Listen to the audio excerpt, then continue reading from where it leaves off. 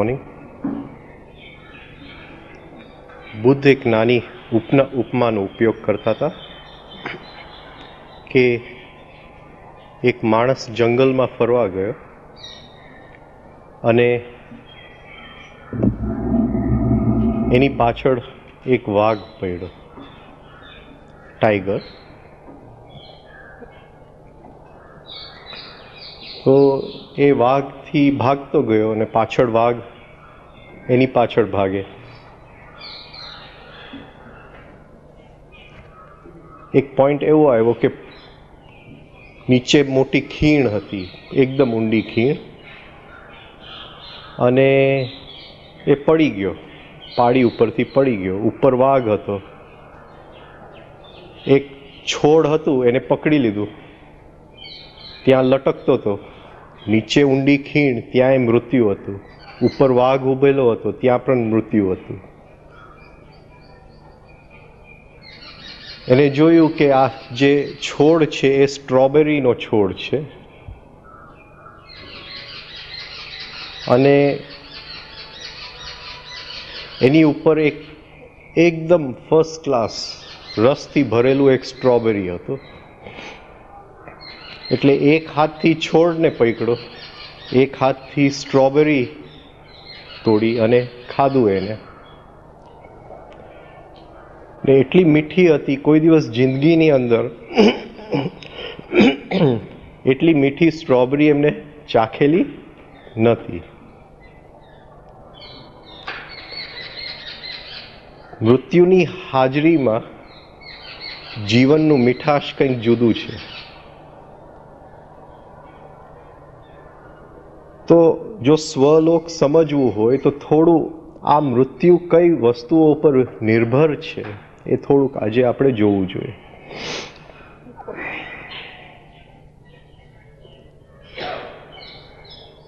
Quality of death, હા, મૃત્યુની quality A quality of વજ્રનાડી ઉપર નિર્ભર છે. જો વજ્રનાડી બગડી ગઈ તો મૃત્યુની ક્વોલિટી એની સાથે બગડી જાય છે. તો જીવતા જીવતા એ વજ્રનાડીને કેમ વધારે ને વધારે હેલ્ધી રાખવું, એને કેમ કસેલું રાખવું, એ ન બહુ ઢીલું પડી જાય, ન વધારે પડતું આપણે ખેંચી લઈએ કે અમુક એમાંથી રોગ આપણને ઉત્પન્ન થાય. હા, જેવા કે સેક્સ એરિયાના રોગો, પ્રોસ્ટ્રેટ એરિયાના રોગો, આ વજ્રનાડી નબળું પડવાથી થાય છે.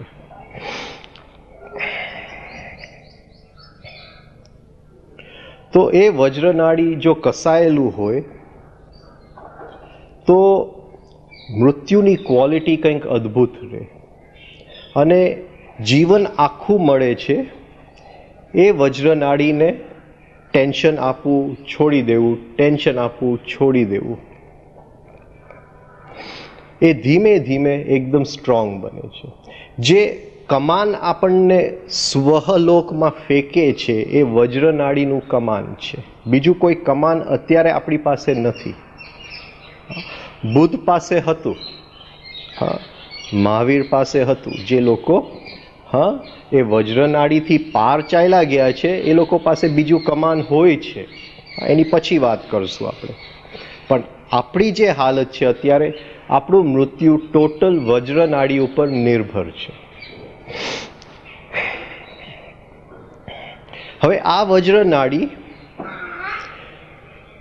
કઈ કઈ જગ્યાએ એનું એક્સપ્રેશન થાય છે, કઈ કઈ જગ્યાએ એના લક્ષણ આપણને દેખાય છે જીવનની અંદર, એ જોવું જોઈએ. તો જીવનની જે ક્રિયાઓ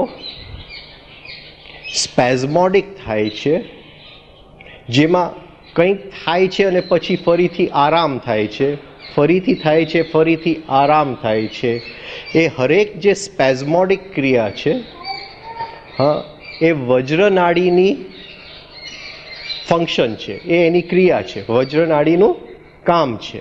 એમાં એ વજ્રનાડીની લીધે થાય છે. જેવું કે સુવાવડ થાય છે. હા, તો સુવાવડ થાય છે તો એની પીડા આવે છે, ફરીથી આરામ થાય છે, ફરીથી આવે છે, ફરીથી આરામ થાય છે. એમ જેમ સુવાવડની ઘડી નજીક આવે છે એ માને જે બે આરામ વચ્ચેનો, બે સ્પેઝમ વચ્ચેનો જે પીરિયડ હતો એ ઘટતો જાય છે. હા, અને સુવાવડ થઈ જાય છે. આ વજ્રનાડીનું ફંક્શન છે.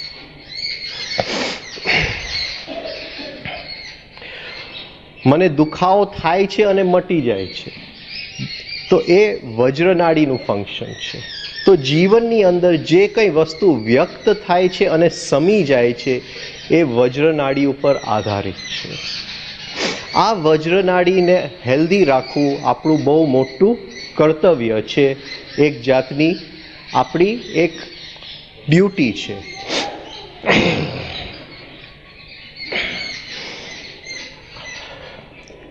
હવે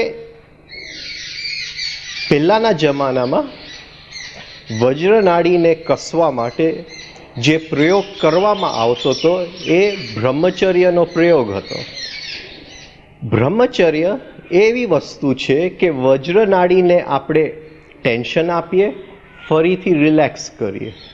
જેવો સેક્સનો વિચાર ઉત્પન્ન થાય છે, હા, એ સેક્સનો વિચાર જો ઇમેજિનેશનમાં ચાલ્યું જાય, હા, જેમ ભગવાને 2 દિવસ પહેલાં કીધેલું, હા, એ ઇમેજિનેશનમાં જો ચાલ્યું ગયું તો એ લીકેજ થઈ ગયું. હા, એ બહાર નીકળી ગયું, એની સાથે સેક્સ એનર્જી બહાર ચાલી ગઈ, તો એમાં વજ્રનાડી નબળી પડી જાય છે. પણ જો મેં બ્રહ્મચર્ય પાળ્યું અને એ સેક્સનો વિચાર ઉત્પન્ન થાય છે એ વખતે એની જો હું સંવેદના લઈ શકું, એ સેક્સની જે સળવળાટ થાય છે, અને એ વખતે જો હું વજ્ર મુદ્રા કરી શકું, વજ્રોલી મુદ્રા કરી શકું, તો એ એનર્જી જે અહીંથી લીક થઈ જાય છે એને હું રોકી શકું છું. આનું નામ છે વજ્રોલી. પણ વજ્રોલી 2 પ્રકારના છે. એક એનો ફિઝિકલ પ્રકાર છે, હા, જે આપણે ઓલરેડી શીખી ગયા છે. એક એનું સાયકિક પ્રકાર છે. ફિઝિકલ કરતાં કરતાં હું એવી સ્થિતિમાં આવું કે મને પછી ફિઝિકલ કરવાની જરૂર ન પડે, હું ડાયરેક્ટલી સાયકિક વજ્રોલી કરી શકું. તો એ જે સેક્સનો વિચાર ઉત્પન્ન થયો એ બહાર ક્યાંક મારા વિકલ્પમાં કે કલ્પનાની અંદર એ વ્યક્ત થઈ ગયો, એની પહેલાં એ એનર્જીને હું પકડી લઉં છું, એનું નામ છે વજ્રોલી. એ જેવું એ એનર્જીને પકડું છું એની માટે મારે વજ્રનાડીને ટાઈટ કરવી પડે છે કે એ લીક ન થાય. જેવું હું એને ટાઈટ કરું છું એ જે ઇમેજિનેશનમાં એનું લીકેજ છે એ ત્યાં બંધ થઈ જાય છે. એ બંધ થઈ જાય છે, એમાંથી એનર્જી પાછી હું ખેંચી લઉં છું. આ છે વજ્રોલી મુદ્રા. હવે એની પેરમાં આવે છે, એની સાથે એ છે અશ્વિની મુદ્રા.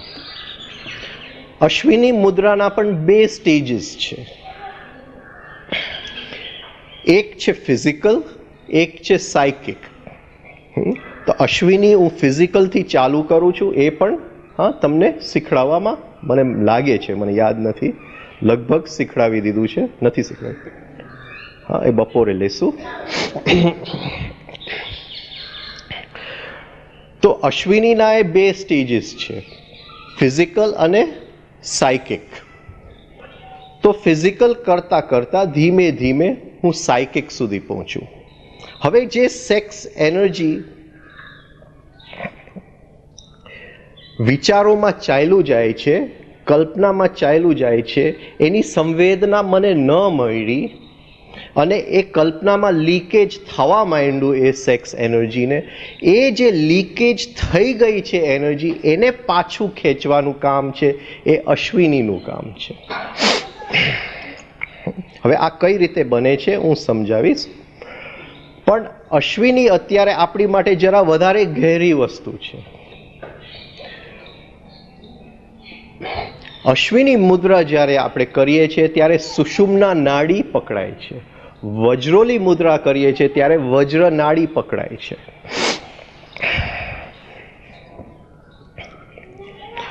તો બ્રહ્મચર્ય ઉપયોગી વસ્તુ છે. ઉપયોગી એ રીતે છે, હા, જેવું અત્યારનું ફેશન છે બધાય ગુરુઓનું બોલવાનું, એ રીતે ઉપયોગી નથી. હા, બધાય ગુરુઓ અત્યારે શું બોલે છે? હા, કે અહીંયા વિચાર ન આવે સેક્સનું, એનું નામ બ્રહ્મચર્ય. એની માટે નહોતું બ્રહ્મચર્ય. બ્રહ્મચર્ય એની માટે હતું કે સેક્સના વિચાર ઉત્પન્ન થાય, કારણ કે આ કુદરતી વસ્તુ છે.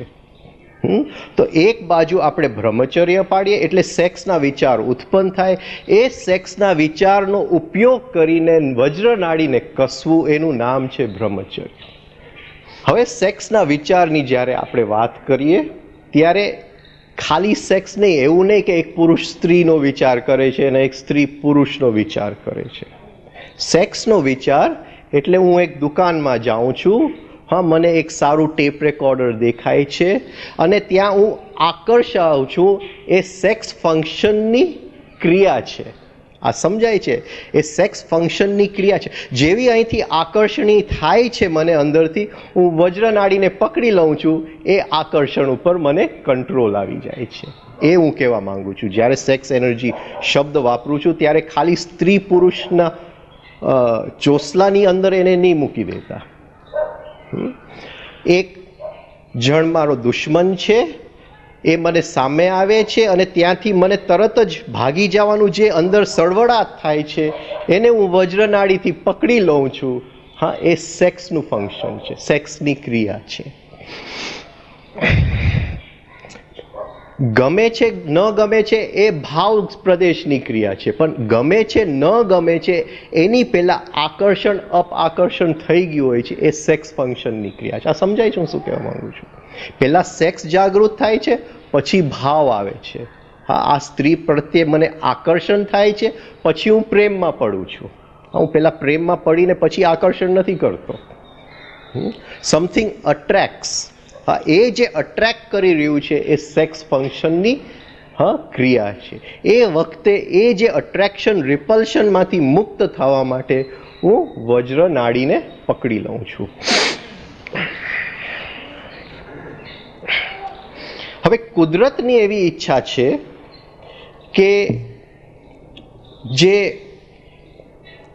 સ્પીસીસ છે, જે જાત છે, એ વધારે ને વધારે ફેલાય. એટલે એની ઈચ્છા વીર્ય બનાવવામાં છે, કે સ્થૂલ સેક્સ એનર્જી બનાવવામાં છે, તો જાતની પ્રજાની વધારે ને વધારે ફેલાવો થશે. હા, તો હવે આ વીર્ય કઈ રીતે બને છે એ આપણે જોવું જોઈએ. સાયન્સ કહે છે કે વીર્ય ફૂડમાંથી બને છે, ખાવાનામાંથી બને છે. યોગ કહે છે કે અમુક હદ સુધી આ વાત સાચી છે, પણ એ જે વીર્ય ફૂડમાંથી બને છે એ એકદમ સૂક્ષ્મ છે, એ સટલ વીર્ય છે. કુદરતે એવું અંદર ગોઠવણી કરી છે કે આપણે જે વિચાર કરીએ છીએ 2482, આપણે જે વિચાર કરીએ છીએ, હા, એમાંથી અડધા વિચાર સેક્સના જ છે. એટલે જેવું અહીંયા સેક્સનો વિચાર આવીને આ અજ્ઞા ચક્રમાંથી છૂટું પડે છે, એ જે સૂક્ષ્મ વીર્ય છે એ સ્થૂલ વીર્ય બનવા માટે મજબૂર બને છે.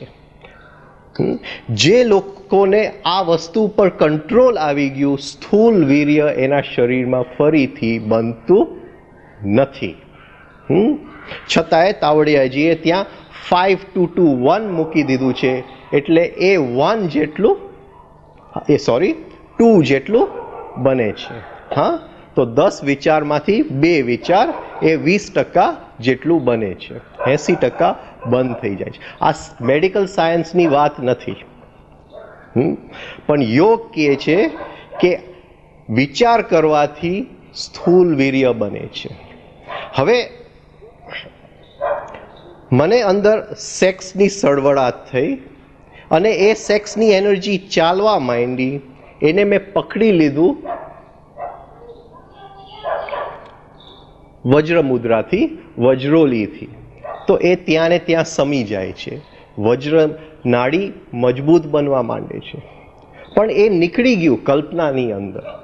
એ જેવું નીકળી ગયું કલ્પનાની અંદર, સ્થૂલ વીર્ય શરીરની અંદર બને છે. હા, હવે આ પુરુષ માટે પણ સાચું છે અને સ્ત્રી માટે પણ સાચું છે. એવું નથી કે ખાલી પુરુષ, પણ પુરુષ માટે જરા ઠોસ વધારે છે, સ્ત્રી માટે જરા સૂક્ષ્મ વધારે છે. બાકી વસ્તુ તો સેમ જ બને છે બેઉની અંદર. ત્યાં વીર્ય સૂક્ષ્મ બને છે, અહીંયા જરા વધારે સ્થૂલ બને છે. હવે એ બની ગયું, જેવું અહીંથી વિચાર નીકળી ગયો સેક્સનો, એ વીર્ય બની ગયું. અશ્વિની એનું નામ છે. એ જે સ્થૂલ વીર્ય અંદર બની ગયું એને પંપ કરવું, એમાંથી જે એનર્જી લીકેજ થઈ ગઈ એમાંથી ફરીથી કાઢી લેવું, એનું નામ છે અશ્વિની મુદ્રા. આ બે મુદ્રા હું બપોરે શીખડાવીશ અહીંયા. હવે સ્વહલોક જે છે એની જો અનુભૂતિ લેવી હોય આપણને, તો આપણી પાસે અત્યારે કમાન એક જ છે, એ છે વજ્ર નાડી. તો પહેલી વસ્તુ છે કે એ વજ્ર નાડીને આપણે સ્ટ્રોંગ કરવું પડે. હવે વજ્રોલી મુદ્રા ચાલુ કરીએ એની પહેલાં થોડું રાતે સૂતા પહેલાં આપણે અમુક વિઝ્યુલાઇઝેશન્સ કરવા જોઈએ. પહેલું વિઝ્યુલાઇઝેશન જે કરવું પડે એ જે અહીંથી લીકેજ થાય છે એનર્જીનું, એ બંધ કરવા માટે થોડું આપણે ત્યાં ડાટો મારવો પડે કે પાણી અહીંથી નીકળી જાય છે, થોડુંક આપણે ત્યાં બંધ કરવું પડે, સ્ટોપ કોક મૂકવું પડે કે એ બંધ થઈ જાય. એની માટે રોજ રાતે સૂતી વખતે જે સેક્સનું એરિયા છે, જ્યાં ઇન્દ્રિય શરીરને મળે છે, જે સ્ત્રીનું ગર્ભ છે, એ એરિયામાં એક કાળું અથવા સફેદ બિંદુનું વિઝ્યુલાઇઝેશન કરશે. એ બિંદુ જો સરખું ત્યાં પકડી લેવાય સૂતા સૂતા એ એરિયામાં, તો ધીમે ધીમે જે દિવસની અંદર જે સેક્સના વિચારો આવે છે એ શાંત પડવા માંડશે. અચ્છા, હવે આ ક્રિયાઓ હું જ્યારે કહું છું ત્યારે હું માનું છું કે બધાય 3 સ્ટેપ રિધમિક બ્રીધિંગ કરે છે. હા, બાકી આ બધી ક્રિયાઓ બહુ જ અઘરી પડવાની છે. રિધમિક શ્વાસથી વીર્યની અંદર એક જાતની ઓટોમેટિક રિધમ આવી જાય છે, તો એ વીર્ય આ બધું કરી શકે જેની આપણે વાત કરી રહ્યા છે. હા, તો હું માનું છું કે બધાય રિધમિક બ્રીધિંગ કરે છે, એ ફાઉન્ડેશન છે. તો એક બ્લેક ડોટ અથવા તો એક સફેદ લાઇટથી ભરેલું ડોટ, હા, સેક્સના એરિયામાં આપણે 3 મહિના માટે વિઝ્યુલાઇઝ કરશું. ત્યાર પછી વજ્ર નાડીને પકડવાનું જે પ્રયોગ છે ત્યાંથી ચાલુ કરશું. હા, આ એક વખત તો સમજાવી, મને એમ છે કે 1-2 વાર મેં સમજાવી દીધું છે, ફરીથી આજે બપોરે હું સમજાવી દઈશ. હા, એનું પ્રેક્ટિકલ સાઈડ. વજ્ર નાડી ઉપર થોડું કંટ્રોલ આવવા માંડ્યું. હા, એક ભાઈ તે દિવસે પૂછતા હતા કે ટીવી ઉપર સેક્સના સીન આવે છે.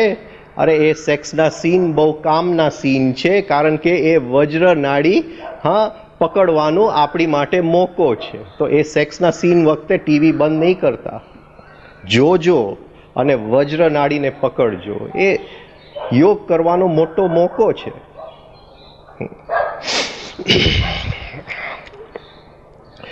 તો પહેલા 3 મહિનાથી 6 મહિના આપણે બિંદુનું વિઝ્યુલાઇઝેશન કરશું, પછી વજ્ર નાડીના પ્રયોગ ચાલુ કરશું. દિવસમાં જ્યારે પણ સેક્સની અંદર સળવળાટ થાય, વજ્ર નાડીને પકડી લેશું. 6 મહિના આ નીકળી જશે, પછી આપણે અશ્વિની ઉપર જશું. અશ્વિની મુદ્રા કેમ કરવું, રિલેક્સ્ડ અશ્વિની મુદ્રા કેમ કરવું, કે જે સેક્સ એનર્જી આપણે વેડફી નાખીએ છીએ એ હજી અંદર પડેલું છે, એ બહાર શરીરની બહાર નીકળી જાય એની પહેલાં એમાંથી સાયકિક વસ્તુઓ કેમ કાઢી લેવું, એનું નામ છે અશ્વિની. અશ્વિનીની અંદર પ્રોસ્ટેટનું પમ્પિંગ છે. અશ્વિની મુદ્રામાં હા, એ પ્રોસ્ટેટનું પમ્પિંગ છે. એટલે જે વીર્ય બને છે એ પ્રોસ્ટેટમાં આવે છે, ત્યાંથી આપણે એને પંપ કરીએ છીએ, વસ્તુ કાઢી લઈએ છીએ, બાકીની જે ખરાબ વસ્તુઓ છે એ પેશાબ જોડે બહાર નીકળી જાય છે. હવે પમ્પિંગ કરતાં પહેલાં જો પેશાબ કરી લઈએ તો એ સારી વસ્તુઓ પણ બહાર ચાલ્યા જાય છે. આ બે મુદ્રા બહુ જરૂરી છે જો સ્વલોકનું અનુભૂતિ આપણે કરવી હોય તો. ઇવન આ જન્મ આ જીવનમાં ન થાય તો આટલું આપણે જો આ માર્ગે ચાલશું તો મૃત્યુ વખતે તો જરૂર આપણે કરી શકશું. જેમ મેં કીધું, વાત કમ્પ્લીટ કરી લો કે આપણું મૃત્યુ વજ્રનાડીનું ફંક્શન છે. આપણને મૃત્યુના ચિહ્ન આવશે, લક્ષણ આવશે, ફરીથી શાંતિ થશે, ફરીથી મૃત્યુના લક્ષણ આવશે, ફરીથી જેમ એક માને સુવાવડ આવે છે એ મૃત્યુની ઘડી જેમ નજીક આવતી જશે એના ચિહ્ન સુવાવડના અપ્સ એન્ડ ડાઉન્સ આ સ્પેઝમોડિક છે, વજ્રનાડીનું ફંક્શન છે. બુધનું મૃત્યુ વજ્રનાડીનું ફંક્શન નહોતું. બુધનું મૃત્યુ સુષુમ્નામાં થયેલું, એને સ્પેઝમોડિક મૃત્યુ નહોતું થયું. કમાન ખેંચાણું નહોતું, એ ધીમે ધીમે ડૂબતા ગયા સુષુમ્નાની અંદર અને મૃત્યુ થયું. કહેવાય છે કે એક ભાઈ દોડતા આવ્યા કે મારે આ પ્રશ્ન બાકી છે. આનંદે કીધું કે હવે તો એ ગયા, હવે ટાઈમ નથી હવે પ્રશ્ન પૂછવાનો. ત્યાં એ જે સ્થિતિમાં હતા ત્યાં એ સાંભળી ગયા, ફરીથી બહાર આવ્યા, પ્રશ્નનો જવાબ આપ્યો, ફરીથી સુષુમ્નાની અંદર ડૂબતા ગયા. આ સુષુમ્નાનું મૃત્યુ છે. જે સુષુમ્ના નાડી ચાલે છે એની અંદર 3 નાડી છે, વજ્રનાડી, સુષુમ્ના નાડી અને બ્રહ્મનાડી, ચિત્રીની કે બ્રહ્મનાડી. કબીરનું મૃત્યુ એ બ્રહ્મનાડીનું ફંક્શન હતું. મુસલમાન અને હિન્દુ લડતા હતા એટલે એક ઓયડીની અંદર જઈ બ્રહ્મનાડીને ખેંચી પરાનાદ ઉત્પન્ન કરી, શરીરનું ભસ્મ કરી, 2 ફૂલના પેકેટ મળ્યા, એની સાથે આ ભસ્મ હતું, એક હિન્દુ માટે અને એક મુસલમાન માટે. બરાબર? તો આ 3 જાતના મૃત્યુ આપણે અનુભવ કરી શકીએ. વજ્રનાડીમાંથી જેમ આપણે કરીએ છીએ, સુષુમ્નામાંથી જેમ બુદ્ધે કરેલું, અને હાયેસ્ટ એ બ્રહ્મનાડીમાંથી જેમ કબીરે કરેલું. આપણે આપણું સુધારીએ.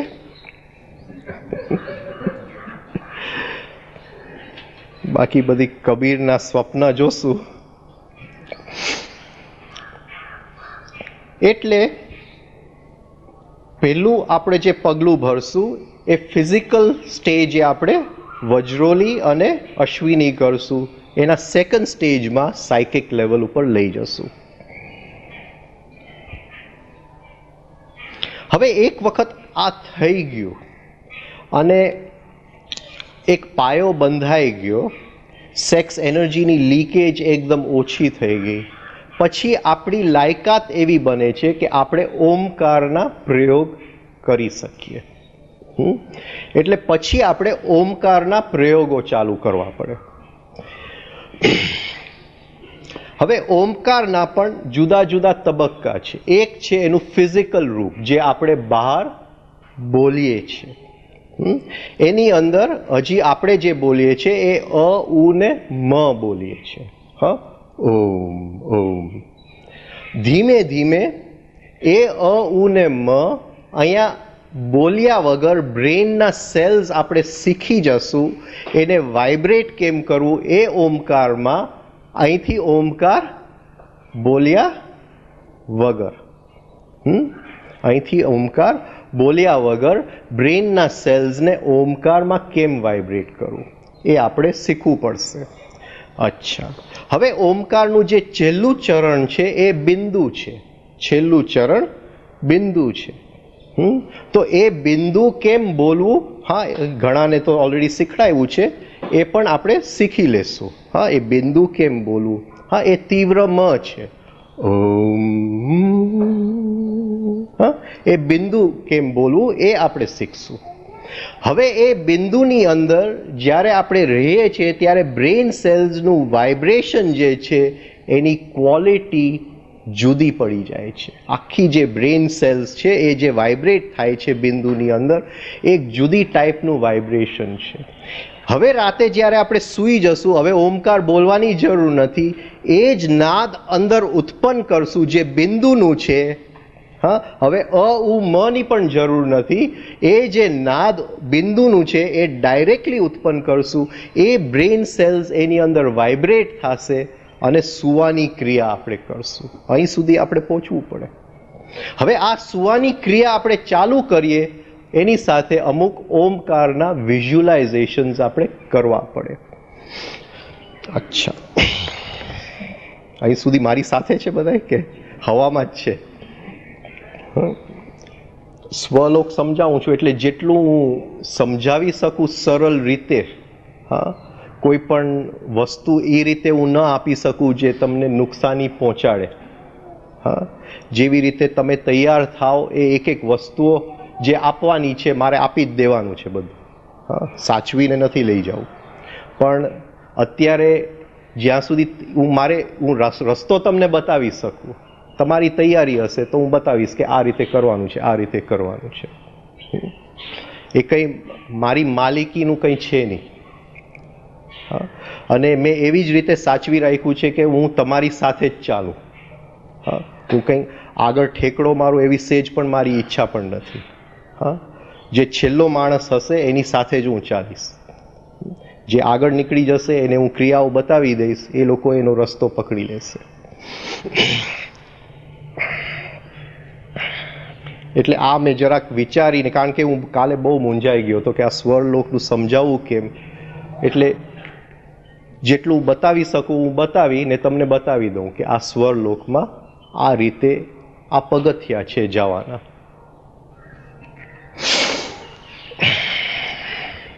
હવે એ ઓમકારને સાયકિક લેવલ સુધી આપણે લઈ જવું છે, તો આપણે રાતે એ ઓમકારને વિઝ્યુલાઇઝ કરવું પડશે. અને વિઝ્યુલાઇઝ કરશું. પણ એની પહેલાં આપણે શું કર્યું છે? ઊંધેથી ચાલુ કર્યું છે, અપસાઇડ ડાઉન. હા, અપસાઇડ ડાઉન એટલે પહેલાં જે બ્રેઇન સેલ્સ છે એને બિંદુમાં આપણે વાઇબ્રેશનમાં મૂકી દીધા છે, ત્યાં એ વાઇબ્રેટ થઈ રહ્યા છે નિંદ્રા વખતે. આ સમજાય છે હું શું કહું છું? હા, આ વાઇબ્રેટ. હવે એની અંદર આ વિઝ્યુલાઇઝેશન્સ આપણે મૂકીએ છીએ. તો આ ત્રણ જે લેટર્સ છે એ વિઝ્યુલાઇઝ કરવા પડે છે. આ ત્રણ જે લેટર્સ છે, હવે આ મેં ઇંગ્લિશમાં લખ્યા છે, આપણે જે વિઝ્યુલાઇઝ કરવાના છે. હા, બરાબર છે.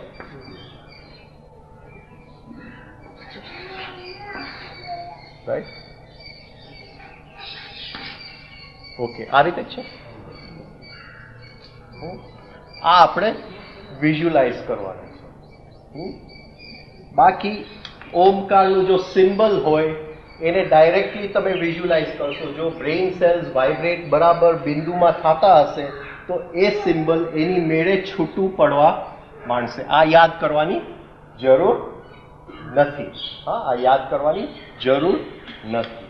હવે એ જે સિમ્બલ છે એ જ્યારે બ્રેઇન સેલ્સ આ અક્ષર જે છે એ ખાલી ભાષાના અક્ષર નથી. આ જે લેટર્સ છે એ ખાલી ભાષાના લેટર્સ નથી. એ જે પરમ સત્ય જે છે એ તત્વ આની અંદર છુપાયેલું છે. આ જે અક્ષર જે છે એની અંદર એ જે પરમ તત્વ જે છે એ આ અક્ષરની અંદર છુપાયેલું છે. પણ આપણે જ્યારે ચોપડી ઉપર લખીએ છીએ ત્યારે આ વન ડાયમેન્શનલ અક્ષર છે, એક લીટી જ છે. આપણે સમજીએ છીએ કે આ ભાષા છે. આ ભાષા નથી. હા, આ જે સિમ્બોલ છે ઓમકારનું એ ભાષા નથી.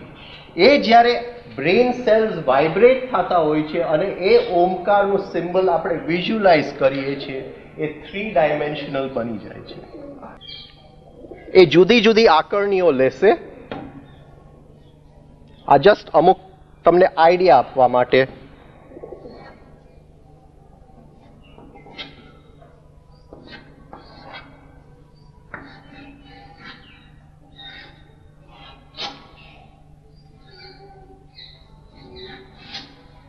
હા, એ જુદી જુદી થ્રી, આ ફરીથી એક લીટીમાં મારે દોરવા પડે છે. એટલે જે એની થ્રી ડાયમેન્શન, પણ થોડુંક તમે આમ સમજશો કે આ સ્પાઇરલ ટાઈપ મૂવમેન્ટ છે. જે હું કહેવા માંગુ છું, આ સ્પાઇરલ ટાઈપ મૂવમેન્ટ છે. એટલે આ જે ઓમ જે છે એ થ્રી ડાયમેન્શનલ બની જાય છે.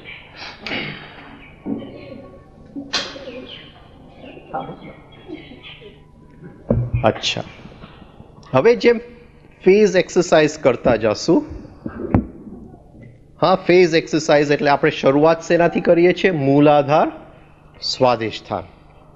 હા, પછી ફેઝ 5 પછી હા મણિપુર, કુંડલી. હા, ફેઝ 5 A, B, C એની અંદર આવે છે અનાહતના 2 ભાગ. હા, અનાહતના 2 ભાગ. હવે અનાહતના એક ભાગ જે છે એ ઉલટું ફરે છે, ઘડિયાળથી ઉલટું ફરે છે, એક ઘડિયાળની સાથે ફરે છે. હવે અમુક આ ઓમકાર આપણે વિઝ્યુલાઇઝ કર્યું. અમુક ઓમકારનું મકાર અમુક રીતે બોલવાથી પણ એનો પાયો શું છે કે એ જે અનાહતનો જે નેગેટિવ ભાગ છે એ પોઝિટિવ થઈ ગયું છે અને આખું અનાહત ચક્ર રિધમ એન્ડ બેલેન્સમાં આવી ગયું છે. હવે અહીંયા તાવડિયાજીએ એક કેવિયાટ મૂક્યું છે કે મણિપુર સુધી જવાની છૂટ છે. મણિપુર પછી જો અંદરની આંખ ઉઘડી ન હોય અને બહારની વસ્તુઓ જેમ તમને અંદરના ચક્ર ન દેખાતા હોય તો આગળ જવાની છૂટ નથી. હા, તો અનાહત એના પછીનો સ્ટેજ છે. પણ આ છેલ્લું તમને બતાવી દઉં કે એ જે એન્ટ્રી મળે છે એ સ્વલોકની અંદર, એ અનાહત ચક્ર હવે બેઉ બાજુ પોઝિટિવ થઈ ગયા છે, રિધમ એન્ડ બેલેન્સમાં આવી ગયું છે. હવે ઓમકારના અમુક મકારનો પ્રયોગ કરીને હું એને ફેરવું છું. હા, આપણે એને ફેરવીએ છીએ. એક બાજુ બ્રેઇન સેલ્સમાં ઓમકાર વાઇબ્રેટ થઈ રહ્યું છે અને એક બાજુ આપણે ઓમકારને વિઝ્યુલાઇઝ કરીએ છીએ. હવે જેવું એ ફેરવશું અમુક રીતે, અમુક મકારનો પ્રયોગ કરીને, એ જે ઓમકારના બધા જે 4 ભાગ છે, અ, ઉ, મ અને બિંદુ, એ આ અનાહતના 4 જે પાંખિયા છે એની ઉપર બેસી જશે. એ જેવું બેસી જશે, શરીરનું બધું પ્રાણ એક બિંદુમાં થઈ સુષુમ્નામાં આવી જશે. ત્યાંથી વજ્રનાડીનો કમાન્ડ ખેંચી અને સ્વહલોકની અનુભૂતિ લેવું હોય, આ યોગની આ ટેકનિકો છે. હા, આ યોગમાં આવી જાતની ક્રિયાઓ છે, એ શક્ય બની શકે છે. હા, આપણી માટે હજી કોન્શિયસ સ્લીપ, ભુવલોકના પહેલા જે લેવલ્સ, એવું છે કે બધું ઠોસેલું છે ક્યાંક ને ક્યાંક. ગઈકાલે જરાક હું અપસેટ થઈ ગયો હતો કે હવે શું કરવું, તો થોડું થોડું ક્યાંકથી નીતરી આવે છે. સ્પંજ જરા આમ ટાઈટ થાય, આગળ જાય. પ્રેક્ટિસ વગર શક્ય નથી. હા, પ્રેક્ટિસ વગર શક્ય નથી. સિટિંગ સાયલન્ટલી, જેમ મેં કીધું, ઘાસ નહીં ઉગે, નેદામણ ઉગશે. હા, અને નિયમ એ છે કે you have to enjoy the practices. હા, ઝક મારીને કરશો તો એ કંઈ નહીં થાય. ધ યુનિવર્સ ઓફ સ્વ, after its 7 gradations or sub-stages, fades away or passes into the supposed to be real universe. હવે એ કહે છે કે ભૂલોક જોઈ લીધું આપણે, ભૂવલોક ધીમે ધીમે સૂક્ષ્મ થઈને સ્વહલોકમાં ચાલ્યું ગયું. હવે તો સ્વહલોક પણ આપણે જોઈ લીધું, એ પણ ધીમે ધીમે હા શું કહેવાય વધારે ને વધારે સૂક્ષ્મ થઈ અને કંઈક બીજા લોકમાં ચાલ્યું જાય છે, જ્યાં લગભગ બધું સત્ય જ છે. લગભગ હા બધું સત્ય જ છે. હવે સત્યના પ્રદેશમાં આપણે એન્ટર થાય છે. અત્યાર સુધી પ્રતિબિંબના પ્રદેશમાં આપણે હતા. ભૂભુવ સ્વહ શું હતું? એ સત્ય જન તપ સત્યમનું હા એ પ્રતિબિંબ હતું. હવે એ પ્રતિબિંબમાંથી આપણે નીકળીને સત્યના પ્રદેશમાં ચાલ્યા જાય છે. fades away or passes into the supposed to be real universe. Real એટલે સાચું પ્રદેશ છે. આ જે ક્ષેત્ર હતા એ સાચા નહોતા. જેટલા પણ આપણને ઊંચા દેખાતા હોય એ સાચા નહોતા. હા, ઇન્દ્રલોક પણ સાચું નહોતું. હા, દેવલોક પણ સાચું નહોતું. બ્રહ્મ વિષ્ણુ મહેશ પણ સાચા નહોતા. હવે એની બહાર નીકળી જવાનું છે, એની પાર નીકળી જવાનું છે. But between the universe of Swaha and the supposed to be real universe is the ring pass knot encompassing all the previously stated three universes of Bhu, Bhuva, Swaha. હવે આ છેલ્લું બેરિયર તોડવાનું છે. એને નામ શું આપ્યું? એને ring pass note. Ring pass note. નાના હતા ત્યારે આપણે રમત રમતા. હા, એટલે એક જગ્યાએ ઊભા રહેવાનું હોય, પછી કોઈક રિંગ બનાવે. હા, આ રિંગ પાસ નોટ. એટલે ત્યાંથી આપણે બોલવાનું છે. ત્યાંથી ઠેકડો મારીને આપણે કંઈ ન કરી શકીએ એવી રમતો આપણે રમતા હતા. હવે આ જે બોડી બ્રેઇન સિસ્ટમ જે છે, જેને લઈને આપણે ભૂભુવ સ્વહની બધી અનુભૂતિઓ છેલ્લા 2-3 દિવસમાં લઈ લીધી, હવે એને છોડવાનો વખત આવી ગયો. એ બોડી બ્રેઇન સિસ્ટમ હવે આગળ આપણે એને ન લઈ જઈ શકીએ. હા, રિંગ પાસ નોટ. હા, એની માટે રિંગ પાસ નોટ છે. હવે જેટલું પ્રતિબિંબના જગતનું છે એ અહીંયા છોડવું પડે, જે સાચા જગતનું છે એ ત્યાં જઈ શકે છે. બહુ અઘરું છે, કારણ કે એ જો અનુભૂતિ છે તો આપણી પાસે કોઈ પણ સાધન નથી રહેતું જેની ઉપર એ અનુભૂતિ આપણે લખી શકીએ છીએ.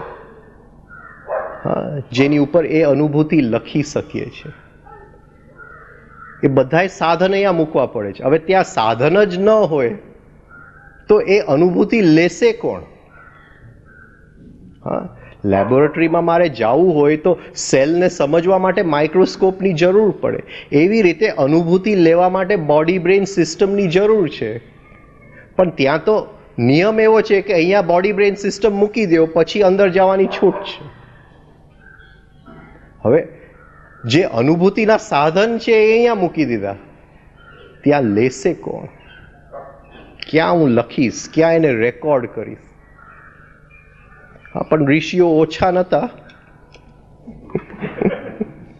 ઋષિઓ ઓછા નહોતા. જેમ આપણે લેફ્ટ બ્રેઇનને શાંત કરીએ છીએ અને ધીમે ધીમે કોર બ્રેઇનમાં કોન્શિયસ સ્લીપમાં પ્રવેશ કરીએ છીએ, હવે ત્યાં પ્રશ્ન આપણને એ જાગે છે કોન્શિયસ સ્લીપની અંદર કે એ પ્રદેશની અંદર ભાષા નથી, તો એ પ્રદેશની અંદર જે થાય છે એને સમજવું કેમ? કારણ કે આપણી આખી આદત જે છે એ ભાષાથી વસ્તુ સમજવાની છે, અને ત્યાં ભાષા નથી, અને આને ત્યાં લઈ ન જઈ શકાય. એટલે એ લોકોએ ધીમે ધીમે પ્રેક્ટિસ કરી અને વચ્ચે કંઈક સેતુ બાંધી લે છે. એ આપણે બાંધી લઈએ છીએ કે આ લેફ્ટ બ્રેઇન શાંત થાય, પણ એક સેલ આપણે જાગતું રાખીએ. અને એક હોલ છે, એક સેલમાં આખા બ્રેઇનનું ફંક્શન કરી શકે છે જો એક સેલ જાગતું રહે, અને એને ખેંચી ખેંચી અને ત્યાં કોર બ્રેઇન સુધી લઈ જાય છે. એટલે સ્વપ્ન પણ થાય છે, અને એ સ્વપ્નનું ઇન્ટરપ્રિટેશન આપણે ભાષામાં કરી શકીએ છીએ. એ આપણે કોન્શિયસ સ્લીપ કરીએ છીએ. એવી જ રીતે હા, ઋષિઓ સમજી ગયા કે ભાઈ ત્યાં બ્રેઇન લઈ જવાની છૂટ નથી, એનો ત્યાગ અહીંયા કરવો પડે છે. પણ એ લોકો પણ ધીમે ધીમે એ બ્રેઇનનું નાનામાં નાનો ભાગ એવી પોઈન્ટે લઈ ગયા કે ત્યાં અનુભૂતિ પણ થાય છે, અને અનુભૂતિ કોઈક હિસાબે એ લખી પણ શકે, રેકોર્ડ પણ કરી શકે, બીજાની સાથે વ્યક્ત પણ કરી શકે કે આ ત્યાં થયું તું, જેમ આપણે કોન્શિયસ સ્લીપમાં કરીએ છીએ. પણ કાવડિયાજીએ અહીંયા મૂકી દીધું રિંગ પાસ નોટ. હા, રિંગ પાસ નોટ એટલે મહાકાલ. મહાકાલની અંદર બધાય પેટર્ન્સ પડેલા છે. એક પેટર્ન્સ પડે, પણ એના બીજ રૂપે પડેલા છે, એના બીજ રૂપે ત્યાં મહાકાલમાં પડેલા છે. That universe is said to be more real than Swaha, but in between this universe of Swaha and the supposed to be real universe is the ring pass dot, encompassing all the previously stated three universes of Bhu, Bhuva and Swaha. પેલા કોઈ America જાય અને એ કે હું Alaska જાઉં છું, એટલે Alaska અમેરિકામાં એમ કે ધ ફાઇનલ ફ્રન્ટિયર. હા, આના પછી કંઈક નવી શોધ નથી. આ અમેરિકાની અંદર જે ન શોધેલું પ્રદેશ જે છે એ અલાસ્કા છે. ત્યાં બધા આદિવાસીઓ જ રહે છે, એમ લોકોની એવી માન્યતા. હજી પણ ન્યુયોર્કમાં જાઓ તો લોકો કહેશે કે ત્યાં બધા આદિવાસીઓ રહે છે. ત્યાં કોઈ આદિવાસી રહેતા નથી. એટલું જ મોડર્ન છે, પણ એક જાતની કલ્પના છે કે એ ફાઇનલ ફ્રન્ટિયર છે, હા, ફાઇનલ બાઉન્ડ્રી છે, છેલ્લી સેતુ છે. એવી જ રીતે આ જે મહાકાલ છે એ છેલ્લું સેતુ છે, ફાઇનલ બાઉન્ડ્રી છે. આ યાત્રા જે આપણે ચાલુ કરી એ ક્યાંથી ચાલુ કરી? એ પ્રેઝન્ટ મોમેન્ટથી ચાલુ કરી. આ વર્તમાન ક્ષણથી ચાલુ, એની અંદર ડૂબતા ડૂબતા ભૂ ભુવ સ્વહ મહાકાલ સુધી આપણે પહોંચી ગયા. જે પકડવાનું છે એ આ વર્તમાન ક્ષણને પકડવાનું છે, પણ એ મેથેમેટિક્સથી નહીં પકડાય. આપણે ગણી નહીં શકીએ કે ગયું ક્ષણ 1 હતું, વર્તમાન ક્ષણ 2 છે, આવનાર ક્ષણ 3 છે. ગુરુએ કીધું છે કે પ્રેઝન્ટ મોમેન્ટમાં જીવવું, એટલે આ 2માં હું જીવી જાઉં. એમ નહીં થાય. હા, એમ નહીં થાય. વર્તમાન એટલે ઇટ ઇઝ અ ભાવ, હા, ઇટ ઇઝ અ ઇમોશન.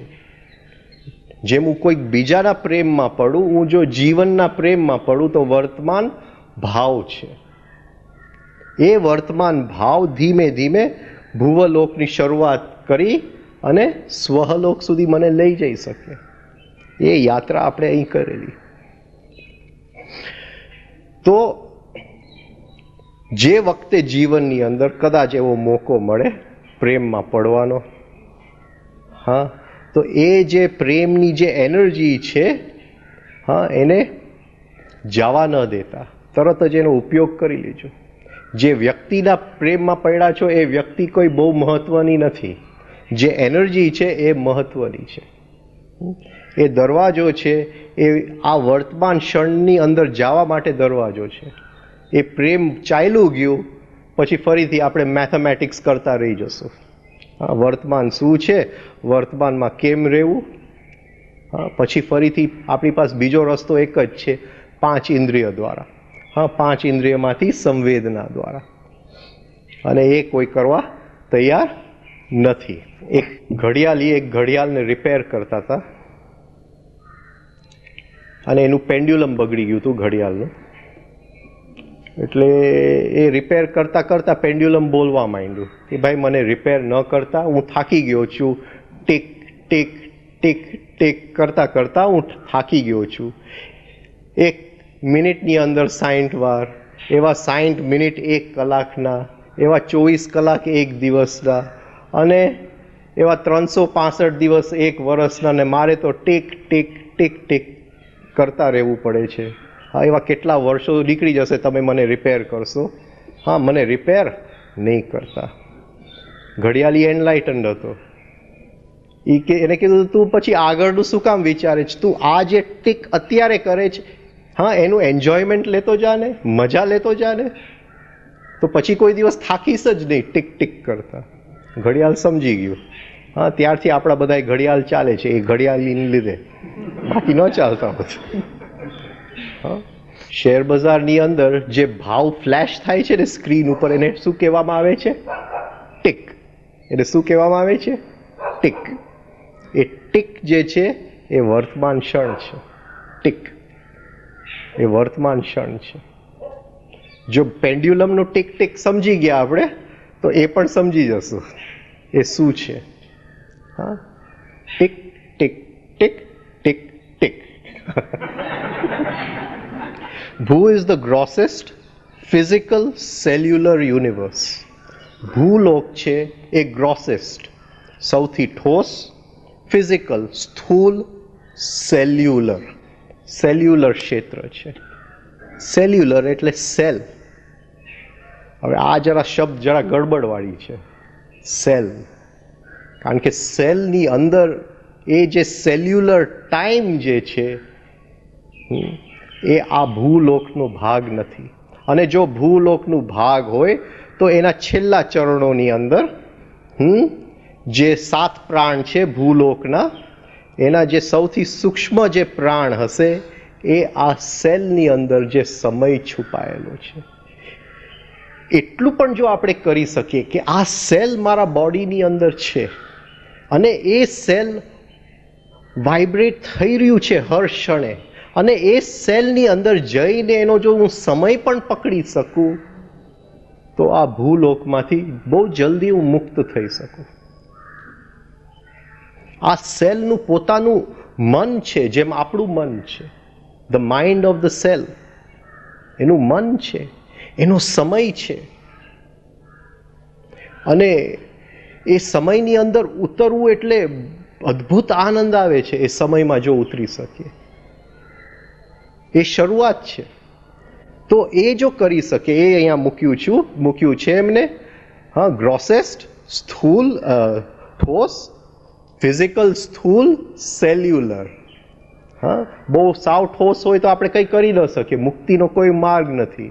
પણ ઠોસ પણ છે, સેલ્યુલર પણ છે, અને સેલની અંદર મન પણ છે, સમય પણ છે, જેનો ઉપયોગ કરી અને આપણે નીકળી શકીએ એમ છે. ભુવ એ સટલ, ભુવલોક છે એ સૂક્ષ્મ છે. હવે રિવિઝન કરે છે, ફરીથી રિપીટ કરે છે. સૂક્ષ્મ, એસ્ટ્રલ. એસ્ટ્રલ એસ્ટ્રલ એટલે મેગ્નેટિઝમની દુનિયા છે. હા, મેગ્નેટિઝમ સેજ આમ ફરે છે તો આમ આકરણીઓ દેખાય છે. મેગ્નેટિઝમ સેજ આમ ફરે છે તો આમ આકરણીઓ દેખાય છે. ગ્રહ મંડળના તત્વથી બનેલું મેગ્નેટિઝમ.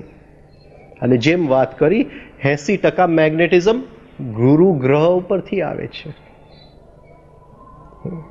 આ ગુરુ ગ્રહ જેવો તેવો ગ્રહ નથી. કદાચ એનામાં ઇન્ટેલિજન્સ સૂર્ય કરતાં પણ વધારે છે. હરેક ગ્રહનું સ્થૂળ શરીર છે, સૂક્ષ્મ શરીર છે, અતિ સૂક્ષ્મ શરીર છે. જેમ આપણું આ સ્થૂળ શરીર એટલે ભૂ, સૂક્ષ્મ શરીર એટલે ભુવ, અને અંદરનું સ્વહલોક આપણી અંદર છે. હરેક ગ્રહનું પોતાનું સ્થૂળ શરીર છે ભૂ, સૂક્ષ્મ શરીર છે ભુવ, અને અતિ સૂક્ષ્મ શરીર છે સ્વહ. આપણા ગ્રહ મંડળની અંદર કોઈ પણ ગ્રહને અતિ સૂક્ષ્મ શરીર નથી. સૂર્ય એનું પોતાનું અત્યારે બનાવી રહ્યું છે, મેન્ટલ બોડી બનાવી રહ્યું છે, એટલે આપણને પ્રકાશ મળે છે. એ આપણી માટે પ્રકાશ નથી ફેંકતું, એ પોતાનું મેન્ટલ બોડી બનાવવા માટે પ્રકાશ ફેંકે છે. આ સમજાય છે? એનું સ્વહલોક નિર્માણ કરવા માટે એ પ્રકાશ ફેંકે છે. પણ ગુરુ એવો ગ્રહ છે કે એક સૂર્ય હતું જેનું સ્થૂળ શરીરે પતી ગયું, જેનું સૂક્ષ્મ શરીરે પતી ગયું, પણ જેનું મેન્ટલ બોડી ક્યાંક પડેલું છે, એ ગુરુની પાછળ એ સૂર્ય છે. એ આંખે નહીં દેખાય, પણ ગુરુ એના વાઇબ્રેશન્સ થકી કામ કરે છે. એટલે કદાચ એ સૂર્યથી પણ એડવાન્સ્ડ ગ્રહ છે. એ ગુરુનું જે મેગ્નેટિઝમ છે એ આ ભુવલોક, એસ્ટ્રલ. એસ્ટ્રલ એટલે એસ્ટ્રોલોજી, જ્યોતિષ. હા, એસ્ટ્રલ. હા, એ જે એનું મેગ્નેટિઝમ છે એનાથી આ ભુવલોક બંધાય છે. એ આ ગુરુ ગ્રહનું મેગ્નેટિઝમ છે. તો એ કહે છે વધારે સૂક્ષ્મ, પેલા સ્થૂળ જગત જોઈ લીધું, હવે વધારે સૂક્ષ્મ ભુવ જગત પણ આપણે જોઈ લીધું. એટોમિક, મોલિક્યુલર, એની અંદર એટમ્સ છે. મોલિક્યુલર, બે એટમ્સ ભેગા થઈ અને કંઈક પાણી બનાવે છે, કંઈક બીજું બનાવે છે. એટલે એ જે લોક છે એની અંદર કોઈ પણ આકરણી ફિક્સ નથી. જે વાસણ હોય એનું આકરણી લઈ લે છે, જે વિચાર હોય એનું આકરણી લઈ લે છે. એને વાસણ જોઈએ છે, આપણે વિચારનું વાસણ આપીએ તો એનું આકરણી લઈ લે. એન્ડ સ્વહ is the yet more subtle mental electronic universe. સ્વહ વધારે ને વધારે સૂક્ષ્મ, હા, મેન્ટલ માનસિક. માનસિક એટલે આ મન નહીં, માનસિક એ મન જે શક્તિ વડે ચાલે છે. એ મનની જે પ્યોર શક્તિ છે, એ મન જે વિચાર બને છે એ નહીં, પણ એ મન જે પ્યોર શક્તિ બને છે એના જુદા જુદા રૂપ છે, જેના નામ આપણે દેવતા કહીએ છીએ. ઇન્દ્ર, એટસેટ્રા એટસેટ્રા, જુદા જુદા દેવતા છે. એ આ મનના જુદા જુદા ઓરિજિનલ શક્તિઓ છે. તો એ મેન્ટલ છે, મનનો પ્રદેશ છે. અને મનનો પ્રદેશ, એનો અંત નથી, એનો ક્યાંય પણ અંત નથી. અત્યારે પણ જે ભૂલોકનો છેડો છે આ મન એના કોમ્યુનિકેશનમાં છે. આપણે જાણતા નથી, જુદી વાત છે. આ મન બધે છે, હરેક જગ્યાએ છે. Mental, electronic. હવે આ જે શબ્દ એમને વાપર્યું છે ઇલેક્ટ્રોનિક, એ આ રીતે આપણે સમજવું પડે કે ભૂલોકમાં વસ્તુઓ છે ઠોસ, ભુવલોકમાં એ વસ્તુઓ જે એટમ્સમાંથી બનેલા છે, જે મોલિક્યુલ્સ સમજો છો ને, બે એટમ્સ ભેગા થઈને મોલિક્યુલ્સ, જે મોલિક્યુલ્સ બને છે એમાંથી બનેલા છે. એટલે ભૂલોકમાં વિવિધતા છે. આ જુદું છે, આ બ્લેકબોર્ડ જુદું છે, ગાડી જુદું છે, નળ જુદું છે, બધી વિવિધતાઓ છે. ભૂવલોકમાં પણ વિવિધતાઓ છે, કારણ કે ઓક્સિજનનું એટમ જુદું છે, બરાબર, હાઇડ્રોજનનું એટમ જુદું છે. હાઇડ્રોજન અને ઓક્સિજન જે પાણી બને છે એ ઓક્સિજન જેવું એ નથી અને હાઇડ્રોજન જેવું એ નથી, એ પણ જુદું છે. એટલે ત્યાં પણ વિવિધતાઓ છે, પણ સૂક્ષ્મ વિવિધતાઓ છે. હવે એ જે શબ્દ વાપરે છે ઇલેક્ટ્રોનિક, ઓક્સિજનની અંદર જે ઇલેક્ટ્રોન છે, હાઇડ્રોજનની અંદર જે ઇલેક્ટ્રોન છે, એ એક્ઝેક્ટલી સરખું છે. સ્વહલોકમાં એ વિવિધતા નથી, જે રીતે આપણે માનીએ છીએ. એ વિવિધતા નથી, એ ઇલેક્ટ્રોનિક છે. ઇલેક્ટ્રોનની દુનિયા છે, ઇલેક્ટ્રોનિક. સ્વહ is yet more subtle mental electronic universe. આ જુદું લોક છે. One vaster than the other, one more subtle than the other. એક લોક બીજા લોકથી ઘણું વિશાલ છે. એક લોક, એક ક્ષેત્ર બીજા ક્ષેત્ર કરતાં ઘણા વિશાલ છે, ને એકની અંદર પણ એક છે. એ રીતે આ ભૂભુવ સ્વહ છે. એ પૂરું નથી થયું, હજી રાતે મન ભારી કરવું પડશે. ઘણીવાર આપણે બહુ દુઃખી થઈ જાય છે અને આ બધું સાંભળીએ એમ લાગે કે પણ આપણે ખરેખર બહુ લકી છે. જેને માર્ગ મળે છે એ બહુ લકી છે. અડધું કામ તો ત્યાં પૂરું થયું છે. આ તો ખાલી ચાલવા પૂરતી જ વાત છે, અને જે ચાલે છે એને ચોક્કસ મળે જ છે. અને અત્યારે બોલવામાં અઘરું લાગે છે, પણ કુદરતનો નિયમ છે કે એક ડગલું તમે ચાલો, 1000 ડગલા હું ચાલું. તો આપણે માંડવાનું છે એક જ ડગલું, ફરીથી એ 1000 માંડે જ છે આપણી માટે. એટલે સીધા 1000 ને 1, ફરીથી 1 આપણે માંડીએ એટલે એ 1000 આપણી માટે માંડે જ છે. એટલે જે અહીંથી અઘરું લાગે છે એ એટલું અઘરું નથી. ગ્રેસ જેવી વસ્તુ છે. ગ્રેસ એટલે કૃપા. ગ્રેસ જેવી વસ્તુ છે. તો હકીકતે જ્યારે આપણને એક મુકામ પાસ કરતા જાય છે ત્યારે આપણને ખ્યાલ આવે છે કે હકીકતે આપણે તો કંઈ ચાલ્યા જ નહીં. આપણી માટે કોઈક ચાલ્યું, પણ આપણી બદલે કોઈ ન ચાલી શકે. આપણી બદલે કોઈ ન ચાલી શકે. એક શિપ જાતી હતી દરિયાની અંદર. આ પહેલાના જમાનાની વાત છે. અને એ શિપ ચલાવવાવાળા બધાએ શું કહેવાય દાસો હતા, સ્લેવ્સ, ગુલામો હતા, સ્લેવ્સ. અને રાજા એ શિપમાં જઈ રહ્યો હતો અને એકદમ તોફાન આવી પડ્યું. એમ લાગતું હતું કે આ શિપ કોઈ હિસાબે બચી શકે એમ છે નહીં. એક ગુલામ એકદમ જોરથી રડવા માંડ્યો ને એટલો જોરથી રડ્યા કરે કે પછી રાજા કંટાળી ગયો. એ કે આનું માથું કાપી નાખો જલ્દી. પ્રધાનમંત્રી જરા હોશિયાર હતો, ભેગો હતો. એ કે માથું નથી કાપવું, હમણાં એને શાંત પાડું છું. એટલે એને 4 જણાને કીધું કે દોયડો બાંધો અને ફેંકો એને દરિયાની અંદર. જેવો દરિયાની અંદર ફેંક્યો, તોફાની દરિયો હતો, વરસાદ પડી રહ્યું હતું, એકદમ વધારે પડતો જોરથી બૂમાબૂમ કરવા માંડ્યો. એટલે એને બહાર કાઢીને મૂકી દીધો. એ શાંત બેસી ગયો ખૂણાની અંદર, પછી બોલ્યો જ નહીં. તો માણસને એમ લાગે છે કે એ દુઃખી છે, હા, પણ ઘણી વખત વધારે જો દુઃખનો અનુભવ થાય તો આપણને ખ્યાલ આવે કે આપણે સુખી છે.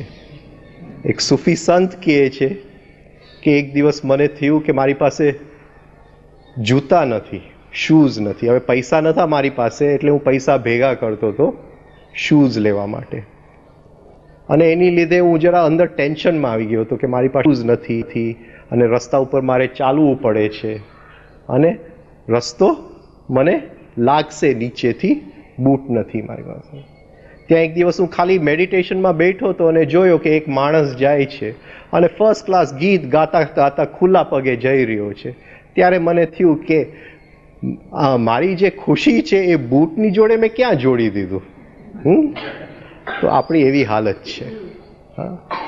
આપણને એમ લાગે છે કે આપણે ક્યાંય નથી, હકીકતે આપણી પાસે બધું ઓલરેડી છે. Thank you.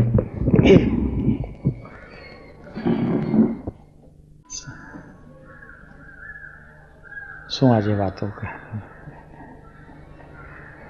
આપણે ત્યાં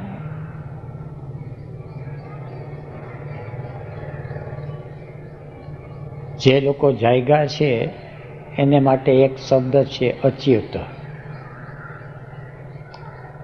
અચ્યુત કેશવમ શ્રી રામનારાયણમ કૃષ્ણ દામોદરમ વાસુદેવમ હરિ, આવી બધી પ્રાર્થના છે. અચ્યુત, ચ્યુત એટલે પડી જવું, ખસી જવું, સ્થાન ભ્રષ્ટ થઈ જવું.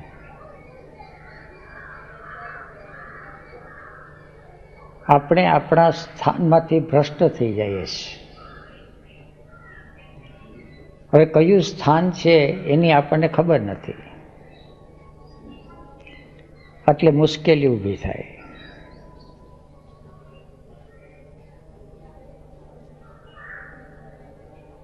આપણું મૂળ સ્થાન તો બહુ ગહેરું છે. પછી તો આજે ઘણી બધી વાતો થઈ, ગહેરી બધી વાતો થઈ.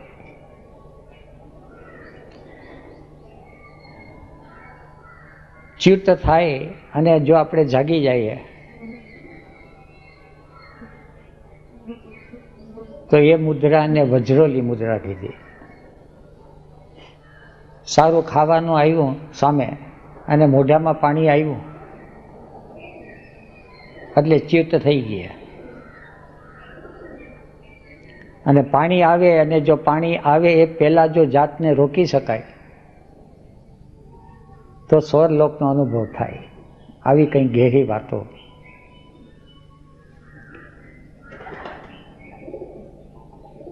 પણ બીડી વિના ન ચાલે, સિગરેટ વિના ન ચાલે,